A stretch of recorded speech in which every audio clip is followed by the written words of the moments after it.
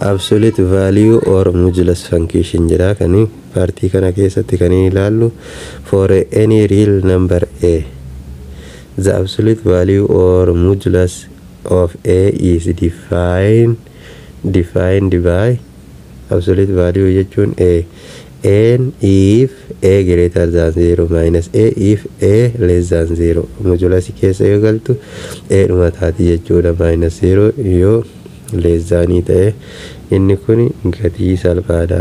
Absolute value jechuun gara ibaatiin lakkoofsa under radicaalii keessa jiru wayii square gooteeti yoo square gochuu jechuudha. Square yoo gootu lakkoofsi kamiyyuu square yoo ta'u positiiva ta'a waan ta'eef isa kana wal qixa jechuudha. Kana jechuun isa kana jechuudha wal fakkaataadha. Isa kana fakkaataa jenneetiin ni ilaalla. Okay.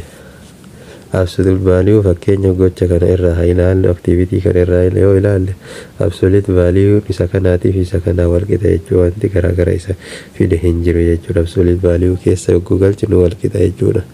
Lakkoofsa lama waliin baay'iste illee yookiin immoo achi keessatti illee alatti illee waliin baay'iste haala salphaadhaan bifa wal fakkaatuun argachuu dandeessa.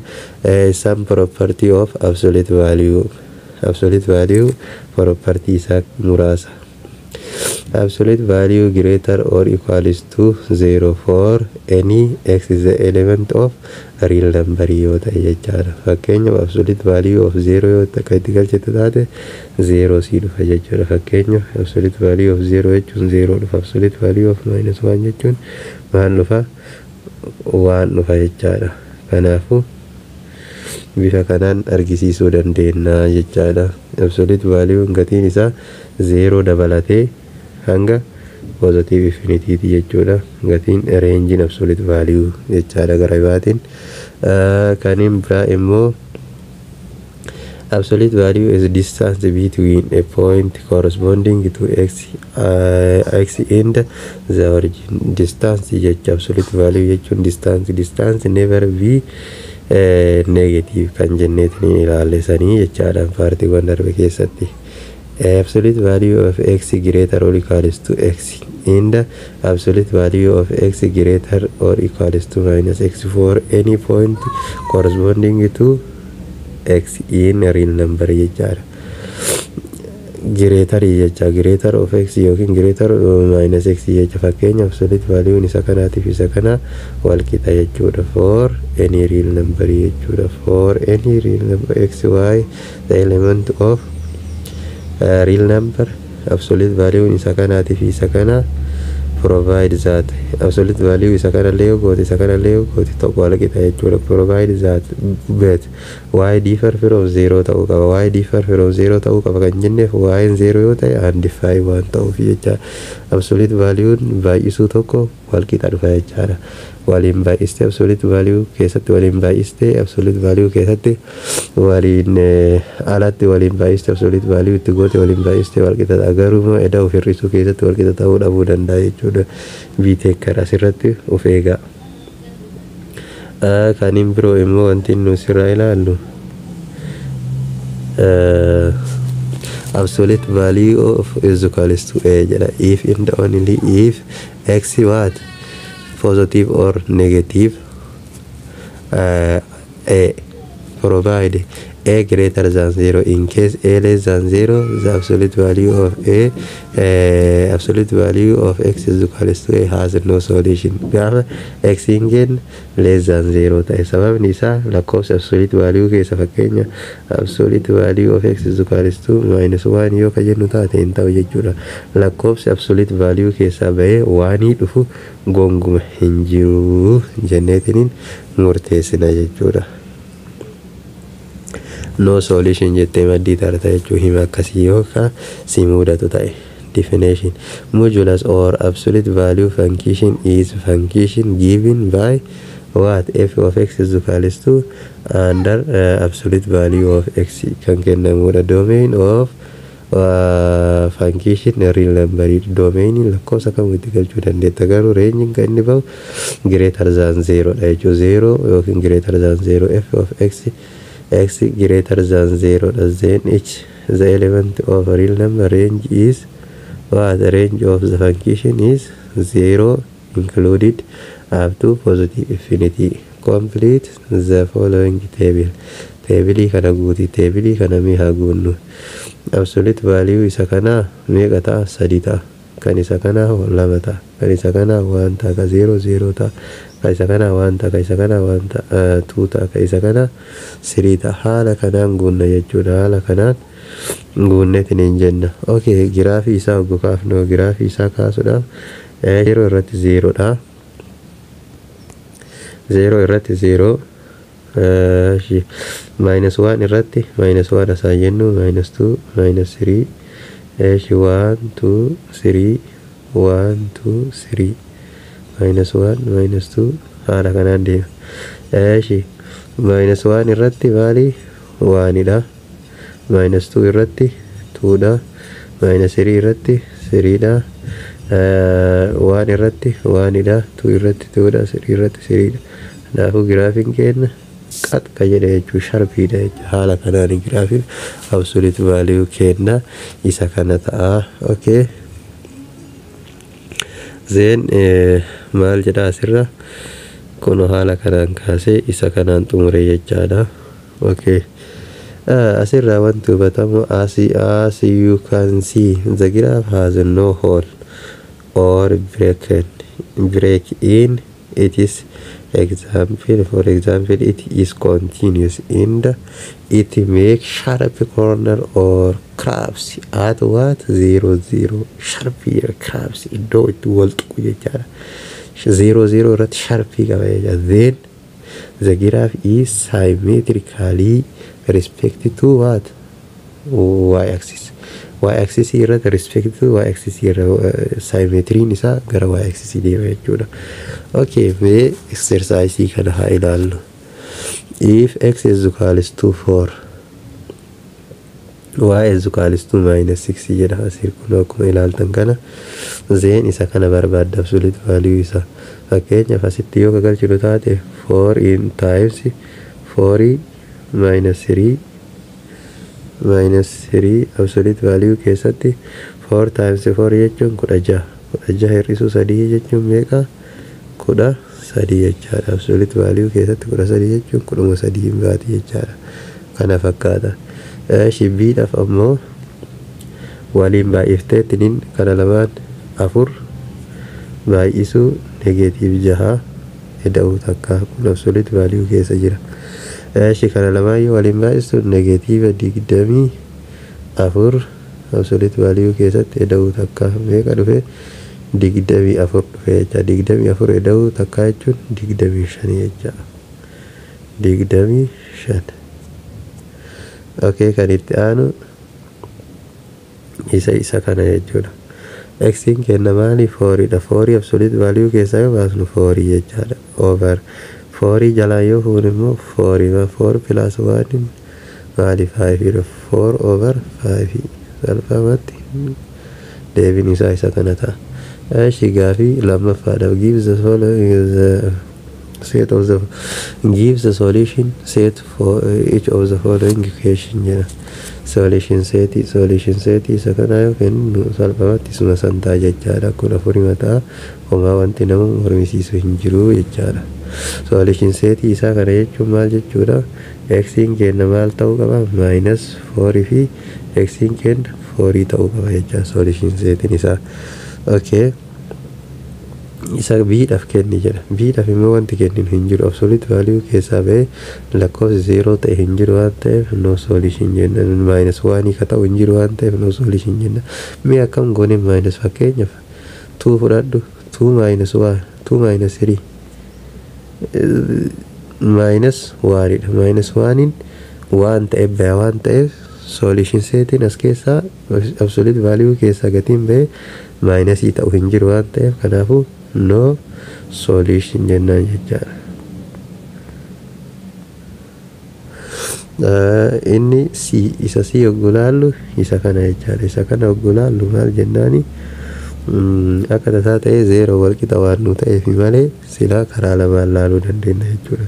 3 plus 1 is equals to 0 jennaan. Gaaf kana maal jennaani? 3x is equals to minus 1 over 3. gaaf kana maal ta'e x'n keenya -1/3 nuu dhufe jechaadha. -1/3 achi keessa yoo galchinu taate 0 nuu dhufa.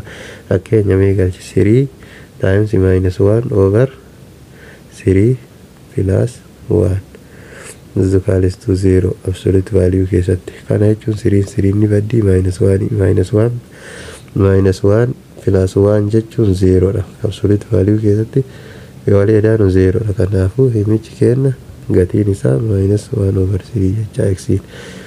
Isa kanaaf immoo karaa lamaan barbaadna. Karaan jalqaba ittiin barbaadnu 3x plus 1 is equals to 5.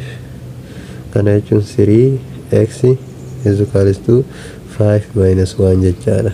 3x is equals to 4/3 gaaf jennuun x kenna 4/3 dha. As biratti immoo 3x plus 1 is equals to -5 jenne kana. Gaaf kana waan gama yoo dabarsinu 3x is equals to what? -5 minus 1. Kana jechuun -6 jechaadha. Kanaafuu 3x is equals to -6. Gaaf kana x kenna maal ta'e /3 gaaf ta'e -2 ta'a jechaadha.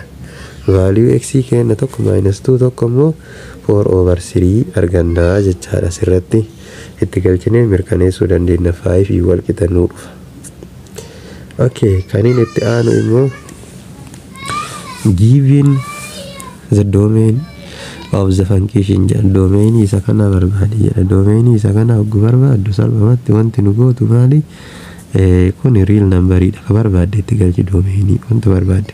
Kanallee ka barbaadde itti galchi. Gaafa kana fakkeenyaaf as keessatti 4 galchi. Negative 4 galchi. Negative 4 hir'isuun negative 4 jechuun negative ni positive wal gooti maal ta'e 0 ta'a jechaadha. Shi 1 galchi. 1 yoo galchitu 1 minus 1 maal ta'a? 1 minus 1 jechuun 0 ta'a. Domainiin kenna real number dha, garuu gatiin waan si ajaa'ibu dhibballee yoo galchitu taate negative dhibballee yoo galchitu taate vaaliyoon isaa 0 ma dhufa jechuudha. Waan kenna yookiin reenjiin kenna 0 dhufa. Asirratti reenjiin kenna 0 jechaadha. Domainiin kenna real number. Isa kana irratti immoo domainiin kenna real number is out 0 ta'uu qaba jechuudha. Maaliif 0 asitti yoo galchinu taate undefined ta'a waan ta'eef asirratti immoo real number dha. Because wanta barbaadde itti galchi. As biratti wanta barbaadde yoo itti galchite homa tokko effective wayiitu hin qabu jechuudha. Kan barbaadde 0 itti galchi 0 yoo 0 itti galchitu 0 ta'a homa rakkoo hin qabaatu jechuudha. Kanaafuu domainiin isaa real number dha. Isa kana fakkaata sign function dha. Kan itti aanu sign function. What is sign function kan jedhu sirriitti kan wajji ilaallu ta'a. Nafaana bu'a. Okay, sign function jechuun function bifa ajaa'ibaatiin bifa kana dura hin beekneen hojjetamudha. Sign function jechuun fakkeenyaaf lakkoofsa tokkotti positive ta'e wayiitiif yoo itti galchitu gatiin isaa waanii ta'a. Negatiividhaaf -1 ta'a. 0dhaaf 0 ta'a jechuudha. Gatii kana sadan qaba. Okay, sababa saniifuu kun asirratti ilaaluu dandeettan. Inni kun sign function read as sign of x written as SGNX jedhan. Sign function define f of x kenna sign of x jechuun 1 dha. For x greater than 0 yoo ta'edha. 0 dha. For x is equals to 0 minus for x less than 0. Lakkoofsa negatiivii kamiyyuu saayinamiin isaa maal ta'a? -1 ta'a jechaadha. Okay. Since absolute value of x over x jedha. Absolute value of x over x in sign function wal fakkaata waliin fakkaatu kan jedhu ni ilaalla jechuudha. Absolute value of greater than 0 jechuun maali? 1 jechuun 1 ta'uu danda'a jechuudha. Greater than 0 jechuun asirratti fakkeenyaaf 100 absolute value of -10 over -10 jechuun kana jechuun -dha jechuun -1 fakkeenyaaf 10 dha. Ka gubbaa 10 dhufa kan jalaa -10 dhufa waan ta'eef maal ta'e minus 1 dhufa. Fakkeenyaaf absolute value 10 over 10 haa jennu. X keenya fudhanneetini tokko dhufa. Kanaafuu isa sani 0 over 0 jechuudha. Undefined ta'a 0 irratti undefined ta'a malee wal fakkaata tureeyyuu. Okay, asirraa immoo wanti nu beekuu qabnu, wanti nu hubannu maali? Symboliin kun not exist jedha. Symbolii jechuun symboliin i haala kanaan jirtu tuni not exist. This means does not exist or undefined jechuudha. Sign and function is example of piecewise defined function jechuudha. If an end of point curve is not the part of the graph, it is shown by a small open circle. Small open circle haala kanaan yoo partii circle san graafii sanii hin taane ta'e haala kanaan argisiifna. If an end point of the graph is of the if the end of the curve is part of the graph, it is shown by a small field in circle. Field tan taate tana haala kanaan argisiifna jechaadha. Fakkeenyaaf ifa isinii ta'amma asirratti haala salphaadhaan haala ifa isinii ta'uun isiniif ibsa nafaana bu'a. Asirraa haa ilaalu. Sign and function minus 4 jechuun minus 1 dha. Isa kanallee minus 1 kana 0 1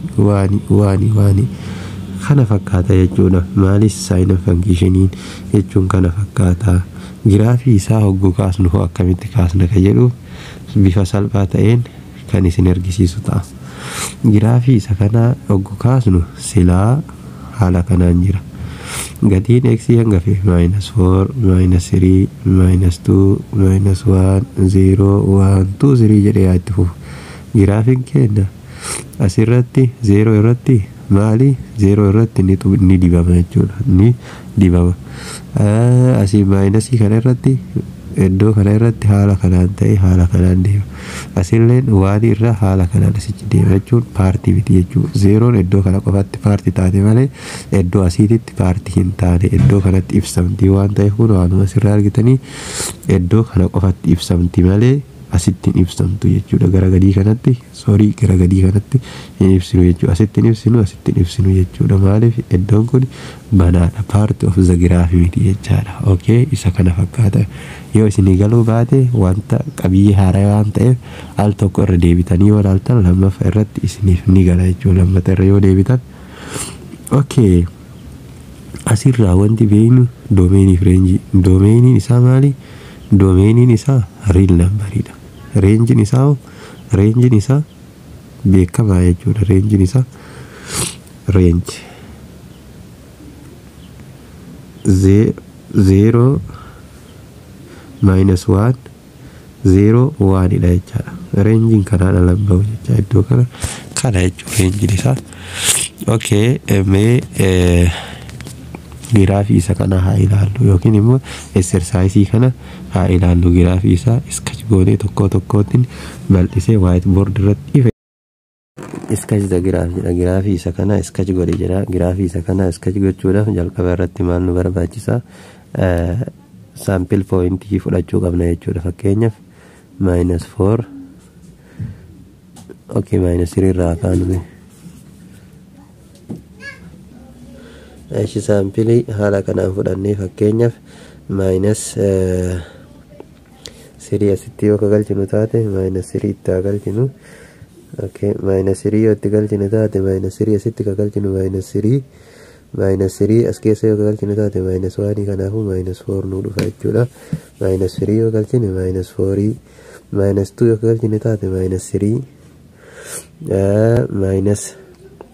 -1 ka galchinu taate -2 0 yoo galchinu taate maal ta'a? 0 asitti yoo galchinu taate 0 ta'a jechaadha.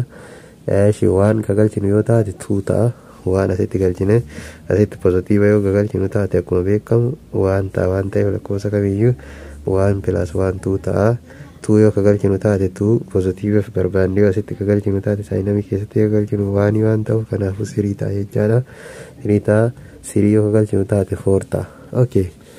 Giraafii isa kana akkamitti kaasnaa kan jedhudha. Amma jechi ijoo fi kaayyoon keenya kan itti deemaa jirru. Giraaficha kana haala kana fakkaatuun kaasna. 1 2 3 4 5 1 2 3 4 5 minus 1 minus 2 minus 3 minus 4 minus 1 minus 2 minus 3 minus 4 minus 5 haala kanaan kaawwannee jirra. Eeshi mee minus 3 haa fudhannu. Minus 3 yoo fudhanne gatiin isaa gatiin y kennamee kan nuu dhufa minus 4 dha. Iddoo kana minus 3 minus 4 iddoo kana nuu dhufa. Eeshi minus 2 yoo fudhanne minus 3 minus 2 yoo fudhanne minus 3 iddoo kana minus y yoo fudhanne minus 2 iddoo kana. Akka giraafiin keenya akka tole deema.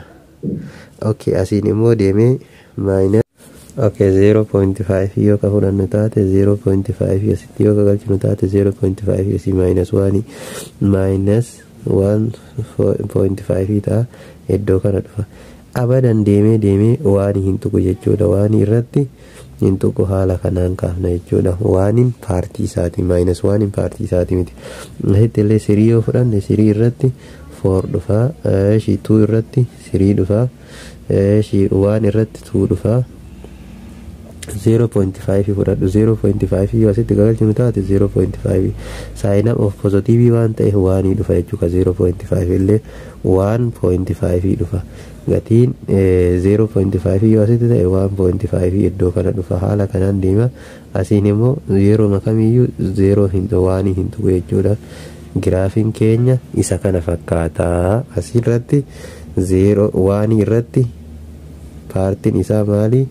Waan irratti hoolidha jechuudha. Not part of 1 fi minus 1 not part of the graph jenneetiniin ilaalla jechuudha. Okay, isa kana fakkaata giraafii isaa hogguu kaafnu haala kanaan kaafna. Ammaaf nu gahaa akka isinitti hin baay'anne yeroo itti aanu kan waliin ilaallu ta'a. Bye bye.